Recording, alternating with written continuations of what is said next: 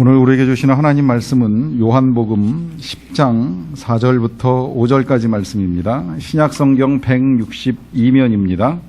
요한복음 10장 4절부터 5절까지의 말씀을 제가 받들어 읽어드릴 때 살아계신 예수님의 음성을 들으실 수 있기를 바랍니다. 자기 양을 다 내놓은 후에 앞서 가면 양들이 그의 음성을 아는 고로 따라오되 타인의 음성은 알지 못하는 고로 타인을 따르지 아니하고 도리어 도망하느니라. 아멘. 말씀을 나누기 전에 먼저 영상을 하나 보기를 원하는데요.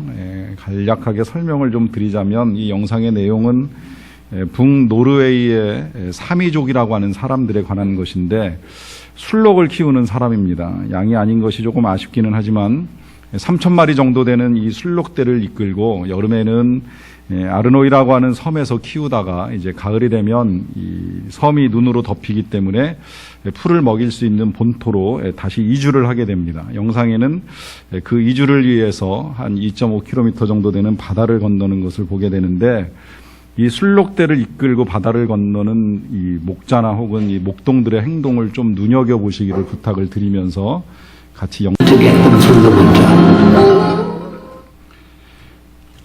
목자의 주된 사명 가운데 한 가지는 이 가축대들을 잘 인도하는 것입니다. 목자가 이 가축을 어떻게 인도하느냐에 따라 가축이 살 수도 있고 죽을 수도 있습니다. 양과 같은 우리들의 목자가 되신 우리 예수님께서는 자기 양의 이름을 각각 불러내신 다음에 하는 일이 오늘 본문 말씀 4절에 이렇게 기록이 되어 있습니다. 자기 양을 다 내놓은 후에 앞서가면 양들이 그의 음성을 아는 고로 따라온다. 목자가 양들의 이름을 다 부르고 나서 양들을 이 울타리 바깥으로 내어놓게 하는 일이 앞서가시는 것이라고 성경이 말씀을 하고 갑니다. 그러면 이제 양들은 목자의 음성을 아는 고로 따라간다 하시는데요. 목자가 양을 이끌고 앞서가는 이유에 대해서는 우리가 지난주에 이미 살펴보았습니다. 그것은 양들이 먹을 수 있도록 초장으로 끌고 가는 것이고 또 마실 수 있도록 물가로 끌고 가고 때에 따라서는 쉴 수 있도록 도와줍니다. 이 모든 일들의 목표는 한 가지, 오직 양으로 하여금 살 수 있게 하는 것입니다. 생명을 얻게 하는 것이고 생명을 가지고 생에 다하는 날까지 정상적으로 살아갈 수 있도록 도와주는 것이 목자의 역할이라고 할 수 있습니다. 그러한 일을 위하여 이 목자가 양을 이끌고 가는 방식을 한 문장으로 앞서 가신다라고 표현을 하고 있습니다. 이건 이제 목자가 양의 속성을 잘 알고 있기 때문에 이끌어가는 방식이라고 할 수 있겠는데요. 목축하는 사람들의 이야기를 들어보면 소는 뒤에서 몰고 말은 앞에서 끌고 갑니다. 소는 뿔이 있어 들이받기 때문에 앞에 잘못 섰다가 받칠 수가 있습니다.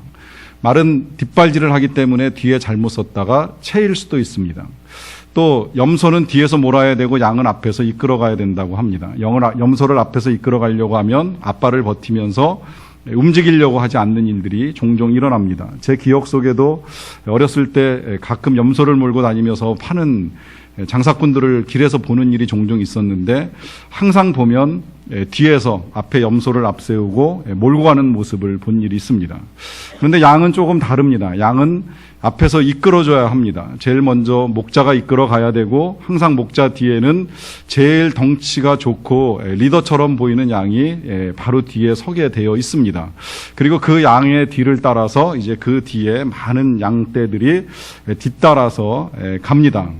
양은 잘 따르는 습성이 있기 때문에 앞에 목자가 있거나 자기보다 능력 있어 보이는 양 한 마리가 나타나게 되면 그 양을 따라서 한꺼번에 움직인다고 합니다. 이제 그러다 보니까 이제 그런 이야기도 나왔어요. 과거에 이 양떼를 잔뜩 배에다 싣고 가는 이제 2명의 목자가 배 안에서 가판 위에서 대화를 나누다가 쌈이 붙은 거예요. 쌈이 붙어가지고서 이 쌈이 가라앉지 않으니까 한쪽의 목자가 화가 나가지고 자기의 양 중에 제일 큰 양 한 마리를 꺼내가지고서 상대편 그 양떼가 모여 있는데 들어가더니 그 양떼들에게 자기의 양을 보여주고 자기 양 한 마리를 바다에다 집어 던진 거예요. 그러니까 그 양떼들이 한 마리가 뛰어드는 걸 보고 다 따라 뛰어들어갔다라고 하는 이야기가 있습니다. 이제 그럴 정도로 이 양이 이 따라가는 일을 잘 하기 때문에 목자는 그 잘 따라오는 양을 이끌어 가기 위하여서 항상 앞서서 간다라고 하는 것입니다. 이 앞서가는 또 하나의 이유가 있는데요. 그것은 목자가 앞에 서서 가야지만 혼란을 막고 또 위험을 방지할 수 있기 때문입니다. 혼란을 막는다라고 하는 건 어디로 가야 할지 방향을 잃고 헤매는 일을 줄이는 것을 의미합니다. 지난주에 말씀드린 대로 양은 시력이 나쁩니다. 그래서 어디에 무엇이 있는지를 찾지를 못합니다. 그런 양을 앞세우게 되면 본성상 앞으로 갈 수 있기는 하지만 어디로 가야 될지 몰라서 헤매는 일이 일어납니다. 이제 그러다 보니까 목자는 앞에서 이끌며 혼란을 막는데 그냥 무조건 끌고 가는 것이 아닙니다. 끌고 간다고 할지라도 어디로 가야 하는지를 알고 있어야만 하고 또 거기까지 가기 위하여 어느 길이 이 양떼들에게 있어서 가장 적합한 길인지도 알고 있어야만 합니다. 경험이 오래된 목자라고 한다면 그 경험을 통하여서 이 계절에는 어디 가야지 풀을 얻을 수 있고 어느 방향으로 가야 좋은지를 알고 있습니다. 그러나 경험이 적은 목자라고 한다면 경험이 적기 때문에 사전에 답사를 통하여서라도 어떻게든 양떼를 이끌고 갈 수 있는 가장 좋은 방향을 잡아서 끌고 가는 것입니다. 우리 주님께서 목자로서 우리를 앞서 가신다라고 하는 말씀은 바로 이런 의미입니다. 주님은 우리가 어디로 가야 되는지의 목적지를 가장 정확하게 알고 계시는 분이십니다. 그리고 거기까지 가기 위하여서 우리가 어떻게 가야 되는지도 가장 잘 알고 계십니다. 그 주님을 우리가 따라갈 수만 있다면 우리가 가는 방향이 잘못될 것이 하나도 없고요. 또 가는 길에 어떤 혼란도 어떤 헤매임도 다 막아내고 우리가 바르게 갈 수가 있습니다. 더구나 주님은 우리가 안 가본 곳에서 오셨던 분이시기 때문에 궁극적으로 우리가 어디로 가야 되는지를 가장 정확하게 알고 계십니다. 우리는 책을 통해서 혹은 이야기를 통해서 하나님의 나라가 있다, 하나님의 나라에 간다 이런 말씀을 듣기는 하지만 솔직히 정확하게 모릅니다. 목회자인 저도 모를 수 있습니다. 그러나 주님은 정확하게 알고 계시고 그곳에 가야지 우리가 살 수 있다는 것을 아시는 분이시기 때문에 분명하게 말씀하셨습니다. 내가 곧 길이요 진리요 생명이니 나로 말미암지 않고는 아버지께로 올 자가 없느니라 말씀하시면서 오직 주님을 길삼아 주님을 믿고 주님을 따라갈 것을 우리에게 당부하신 것입니다. 이와 더불어서 위험을 방지한다라고 하는 건 목자가 아무리 경험이 많고 또 사전에 갈 길을 답사하였다고 할지라도 그 자체가 안전을 담보하지는 않습니다. 우리가 아무리 익숙한 길이라고 할지라도 그 길이 어느 한순간 변화되는 일이 있습니다. 우리나라가 요새 참 위험하고 힘들다라고 하는 생각이 종종 드는 건 늘 다니는 출퇴근길에도 어느 날 갑자기 땅이 꺼져서 차가 지나갈 수 없거나 사람이 다치는 일들이 종종 일어납니다.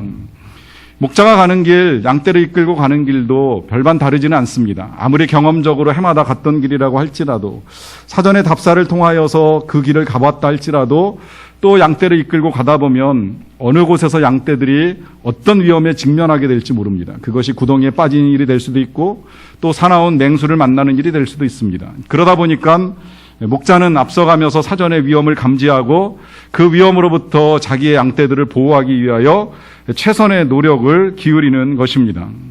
마찬가지로 우리의 인생길에서 우리가 만나게 될 위험을 가장 잘 알고 계시는 분 또한 역시 우리 예수님이십니다. 그리하여서 우리 앞서가시면서 우리로 하여금 이 위험을 피하게 하시고 우리를 선한 길로 인도하시기를 원하고 계십니다.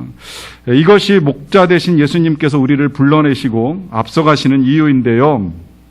우리 주님께서 우리를 그렇게 인도하신다라고 하는 사실을 알고 믿는 사람들이라면 우리가 해야 할 일이 있습니다. 그것은 따라가는 것입니다.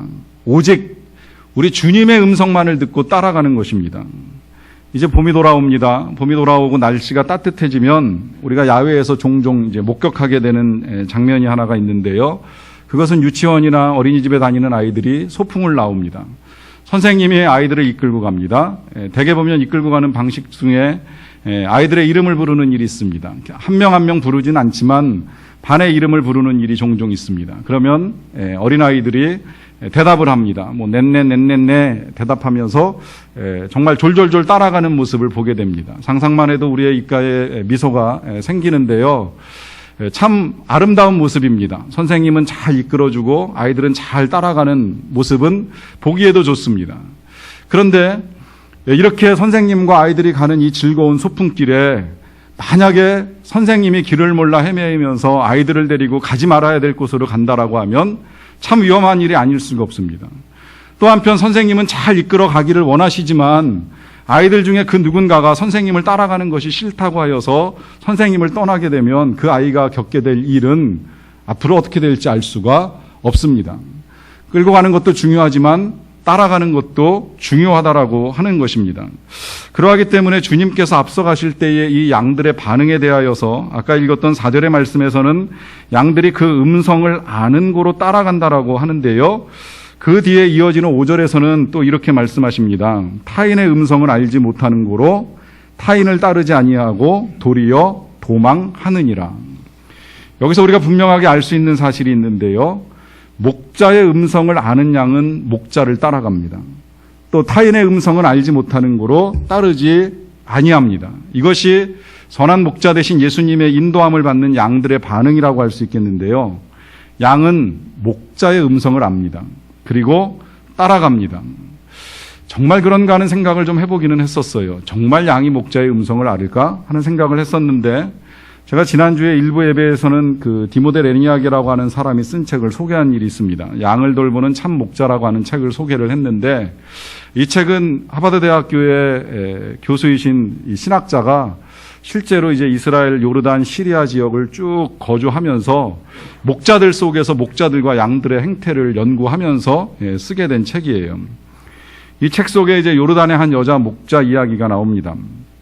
이 목자는 양을 키우고 있었는데 자식들도 키웠어요. 그런데 그 자식들은 이제 목축을 이어받지 않고 뭐 요르단의 공무원도 되고 여러 가지 다른 일들을 하는데 그 자녀들이 볼 때에 자신들이 생각하는 그 어머니는 자기들보다 이 양떼들을 더 사랑하는 목자라고 할 정도로 양을 지극히 아끼는 그런 목자였습니다. 근데 이 여자 목자가 어느 날 실제로 정말 양 한 마리를 잃어버리는 일이 있었어요. 그리고 슬픔에 빠집니다. 그래서 혹시 같이 이제 초장에 있었던 그 주인에게 섞여 들어간 것이 아닌가 싶어가지고 그 집에 가서 물어보기도 하고요.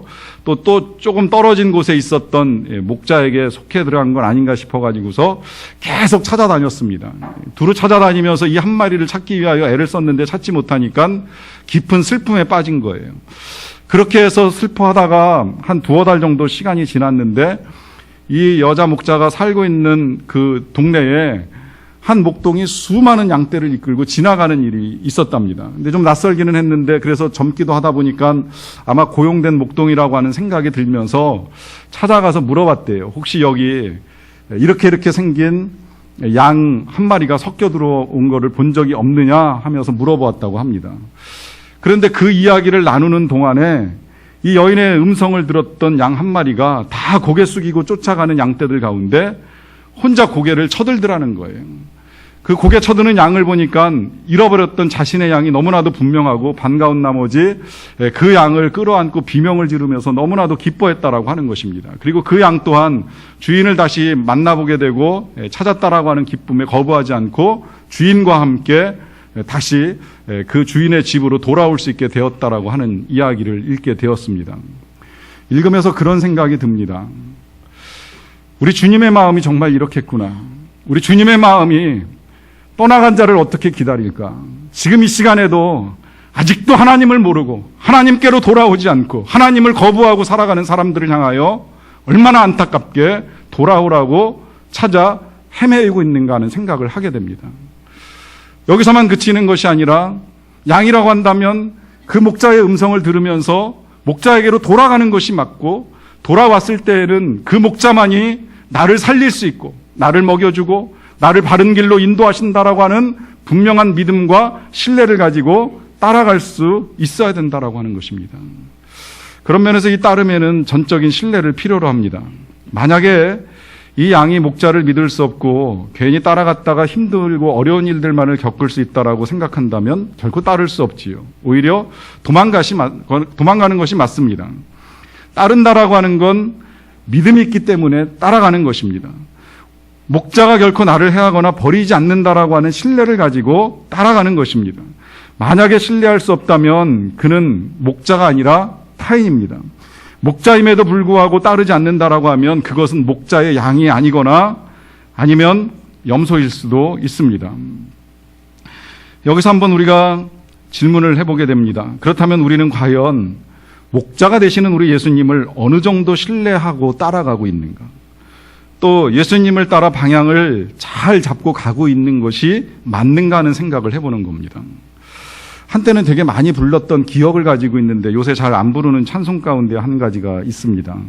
가사를 들으시면 아시리라고 생각을 하는데, 부름받아 나서니 몸 어디든지 가오리라, 아골골짝 빈들에도 복음 들고 가오리다라고 하는 찬송입니다.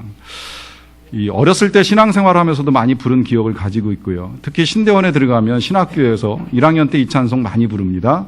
그런데 종종 목사님들이나 교수님들이 말씀 전하실 때 이 찬송가 가지고 우리 신학생들을 놀리면서 신학생들의 실상을 직접 짚어주시는 일들이 종종 있습니다. 1학년 때 입학하면 어디든지 가오리다, 아골골짝 빈들에도 다 갑니다 이야기하는데, 한 2학년쯤 되면 한 대전까지 갔으면 좋겠습니다, 그 이상은 싫습니다 이렇게 말하다가 한 3학년 졸업할 때쯤 되면 서울 수도권만 가오리다, 다른 데는 안 가오리다, 이런 이야기를 하게 된다는 것, 언젠가도 말씀드린 일은 있습니다만, 잘 생각을 해보면 이게 그냥 단순히 거리하고 편안함만의 문제는 아니라는 것입니다.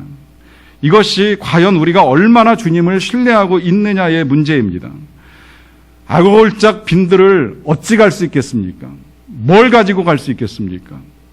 아골골짝 빈들이라고 한다면 사망이 때로 기다릴 수 있고 험난한 광야가 앞에 놓여 있는데 어떻게 우리가 갈 수 있겠습니까?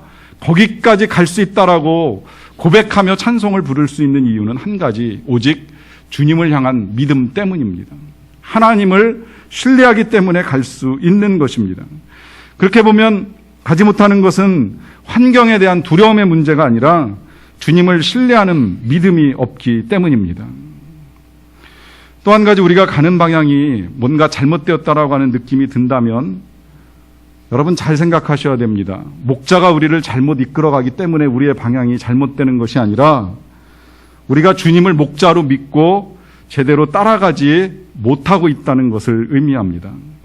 목자보다는 타인의 음성을 듣고 타인을 따르기 때문에 잘못 가는 것이지, 주님을 따른다면 절대 잘못 가게 될 일이 없습니다. 그냥 세상을 놓고 생각을 해봅니다. 우리 사회, 우리 세상이 엉망이라고 하는 이야기를 해봅니다. 잘 살려고 하는 노력들이 있었습니다. 윤리도덕을 바로잡고 사회를 개혁하고 지도자를 잘 세우고 여러 가지 제도들을 바꿔나가면서 우리나라가 바른 방향, 바른 사회로 만들어가기 위하여 얼마나 애를 쓰고 있습니까? 그런데 쉽게 생각해서 정말 우리가 예수님의 가르침을 따라 살았다라고 한다면 하나도 걱정할 게 없었던 일들이 지금 우리가 살고 있는 세상에서 계속 터져나오는 겁니다. 주님의 말씀대로 내 이웃을 내 몸같이 사랑했다라고 하면, 내 이득을 취하기 위하여, 내 욕심을 채우기 위하여 몸부림치기 전에 정말 더 나누어주고 베풀어주고 섬겨주기 위하여서 조금 더 우리가 노력하며 살았더라면 법과 질서, 제도 없이도 얼마든지 사람 살만한 세상, 믿고 아이들을 키울 수 있는 그런 세상 충분히 만들어갑니다. 문제는 우리는 주님의 음성을 듣고 주님을 따라가는 것이 아니라 타인의 음성을 듣고 타인을 따라갑니다. 세상에서 들려주는 음성을 듣습니다. 경쟁해라, 싸워라, 이겨라, 손해보지 말고 네 이익을 챙겨라, 어떤 일이 있어도 절대 왕따가 돼서는 안 되고 왕따를 만들지언정 넌 절대 그렇게 살면 안 된다라고 하면서 계속해서 주님 아닌 타인의 음성을 듣기도 하고 들려주기도 합니다. 세상이 험해질 수밖에 없는 건 너무나도 당연한 일이지요. 100번 1000번 제도를 바꾸고 사람을 바꾸면 뭐 하겠습니까? 우리가 주님을 따라가지 아니하면 우리가 원하는 아름다운 세상이 만들어질 수 없다라고 하는 것이 너무나도 자명한데, 주님을 따르지는 아니하면서 세상만 탓하고 있으니 우리가 방향이 잘못된 것이지 주님이 우리를 잘못 이끌고 가는 것이 아니라고 하는 것입니다. 주님만 잘 따라가면 절대 우리의 삶에는 실패가 일어나지 않습니다. 여러분들이 정확하게 아셔야 될 것은 삶의 실패가 주님을 따르는 데서 비롯되는 것이 아니라 주님을 따르지 않는 데서 일어나는 일입니다. 우리가 주님만을 잘 따라간다면 실패는 없습니다. 실패처럼 보일 수는 있어요. 예수님 따라갔다가 고난을 당하고 어려움을 겪는다? 잠시 잠깐 실패처럼 보여요. 그렇게 느껴져요. 그렇지만 나중에 시간이 지나서 보면 절대 실패가 아니라는 것을 알게 됩니다. 그런 면에서 우리가 목자 대신 예수님을 따르는 데 있어서 필요한 건 한 가지, 오직 주님에 대한 신뢰뿐입니다. 무한한 신뢰가 필요합니다. 조건적인 신뢰, 조건적인 따름을 말하지 않습니다. 그것은 신뢰하는 것도 아니고 따르는 것도 아닙니다. 양은 목자를 무조건 따라야 합니다. 부분적인 순종이 순종이 아니듯이 조건적인 신뢰는 절대 신뢰가 아닙니다. 그런데 왜 우리는 주님을 신뢰하면서 주님을 따라가는 것을 힘들어할까요? 여기 몇 가지 이유를 생각해 보게 되는데요. 일단 그 자체가 두렵습니다. 주님을 따라간다고 한들 앞이 보이지는 않습니다. 우리가 주님을 따라간다고 해서 무조건 앞을 보고 따라갈 수 있는 건 아닙니다. 이 볼 수 없다라고 하는 것이 우리에게 두려움을 만들어냅니다. 간혹 그런 걸 해보신 적이 있는지 모르겠는데 눈을 가리고 길을 걸어가는 일을 해보십시오. 앞을 볼 수 없다는 건 큰 두려움을 만들어냅니다. 늘 다니던 길도 눈만 딱 가리면 뭔가 앞에서 나타날 것 같고 부딪힐 것 같습니다. 볼 수 없다는 게 이렇게 우리를 힘들게 합니다. 이 볼 수 없는 건 시간적으로도 동일하게 적용이 되는데 우리가 우리의 미래를 예측할 수 없다는 것이 우리를 불안하게 만듭니다. 우리 사회의 또 하나의 어려움이라고 한다면 예측이 안 된다라고 하는 이야기를 들은 일이 있습니다. 누군가는 예측 안 되는 이 사회가 싫어서 이민을 갔으면 좋겠다 하는 말씀을 하시는 것도 직접 들은 일이 있는데 생각을 해봅니다. 어느 나라 어디에 가서 살면 우리의 삶을 예측하면서 살아갈 수 있을까? 과연 미래를 미리 봐서 위험을 막아내고 안전한 길로 갈 수 있도록 보여줄 수 있는 나라는 과연 어디에 있는가? 실상은 우리가 아무리 경험이 많고 사전에 답사한 곳을 지나간다라고 할지라도 1시간 이후에, 아니 5분 이후에 일어날 일을 예측하며 살아갈 수 있는 사람은 절대 없습니다. 그렇다라고 한다면 차라리 생각을 바꾸는 겁니다. 그렇다면 나를 인도하신다고 우리 주님이 말씀하셨으니 그 인도하시는 주님만을 따라가는 것입니다.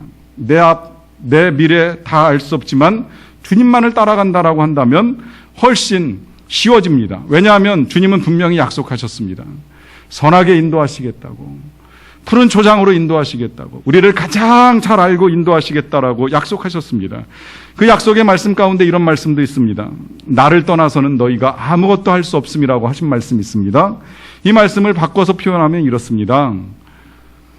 나를 떠나지 아니하면 너희가 무엇이든지 이룰 수 있다. 얼마든지 이루어갈 수 있다라고 하는 약속의 말씀입니다.